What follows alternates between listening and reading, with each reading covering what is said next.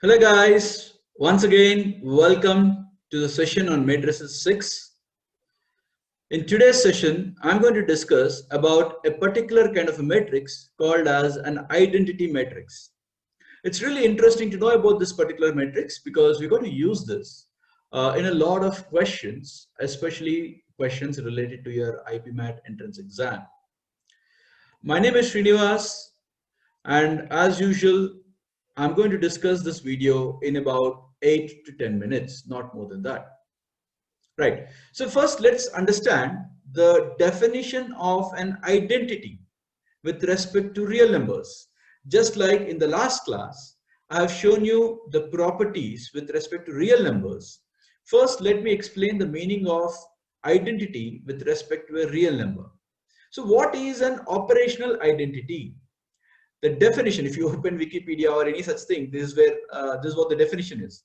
A given quantity, when combined with an identity using an operation, does not change the given quantity, which means if I take a number n and I am performing some multiplication or a division or an addition or a subtraction, one of these I'm performing, into, so let us say I'm multiplying n with some number, the answer still remains n, then this number is called as a operational identity, right? That is the meaning. For example, if I take n plus some number and I get back my n, similarly I take n minus some number, I get back my n. All these numbers are called as operational identities, and this you already know. N into 1 gives you n, n plus 0 gives you n minus 0 gives you n. So your 1 is a multiplicative identity for a number, your 0 is an additive identity for the real numbers. So this is the definition of identity when it comes to numbers: additive identity and multiplicative identity. The same thing we will also try to understand when it comes to a matrix. So identity in a matrix, the definition does not change. It should basically be, if you have a matrix A and to that you are adding or subtracting B, it is not just adding or subtracting B, right? You should get back your original matrix. Such a matrix is called as an additive identity. Remember, it is additive identity. Clearly, it means the matrix should be all zeros, right? If it is a number, it is 1 0. If it is a matrix, it is all zeros. So when you take such a matrix and add it to anything, any other matrix, the resultant is the original matrix itself, right? So this is very simple for you to understand. Next is the multiplicative identity, where the things become a little bit more interesting. Right, so the multiplicative identity in matrices also basically should be that A into I, let's say this is the identity matrix, should result in your A, right? So here we will be talking about, first of all, your original matrix can be of two types. The first is when your original matrix is a square matrix. What is a square matrix? When your rows are equal to columns, it is called as a square matrix. So when you're dealing with a square matrix A, then whatever is the identity matrix, whether you multiply A into I or I into A, will give you A itself. So when your original matrix is a square matrix, this identity matrix should be in such a way that whether it is A into I or I into A, here the order does not matter when you're multiplying it with I. The result will be equal to A. That is one of the important properties of the identity matrix. However, when your A matrix, the original matrix, is a non-square matrix, then there will be two identities. When right hand side you are multiplying, that is one identity matrix. From the left hand side you are multiplying, that is another identity matrix. Let us understand why. So I'll take the square matrix for you to understand quickly. If I have a matrix like this, 1, 2, 3, 2, 1, 0, 0, minus 1, 3. Now this I multiplied with an identity matrix. This is a 3 by 3. So I can have a matrix which is of the form 3 by something. Or, so this can be anything, but this 3 has to match. Or if I take the same 1, 2, 3, 2, 1, 0, 0, minus 1, 3, and multiply on the left hand side. Multiply on the left hand side. Again, this is a 3 by 3, which means the same matrix if I write, it was 3 into something, but now that something will have to match with 3. So this will be a matrix which can be which is a square matrix. This will be a square matrix. The identity will be a square matrix, and you can multiply it on the right hand side or left hand side. But when you're dealing with a non-square A, so let us say your A is like this: 2, 1, 0, 3, 2, 1.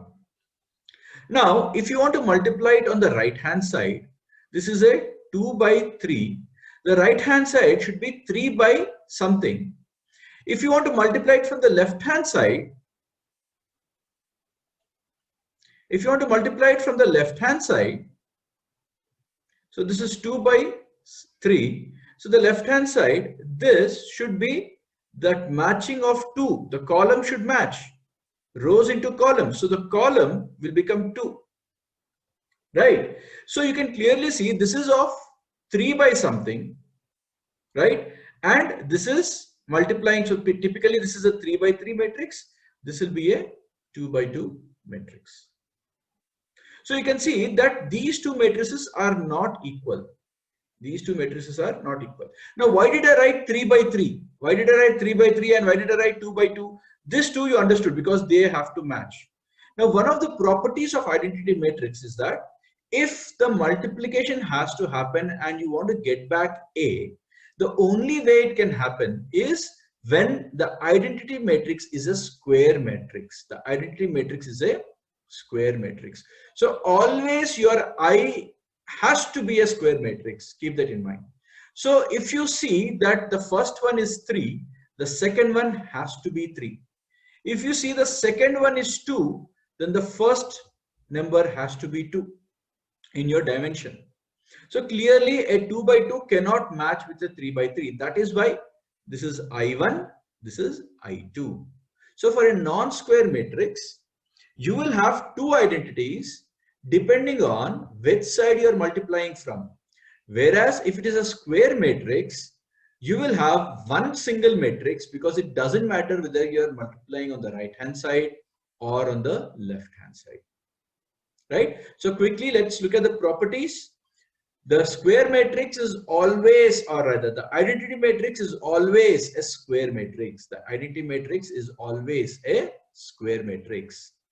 Why? I already explained, right? Because if you are multiplying from the right hand side or the left hand side, when your A is a square matrix, your answer should be the same.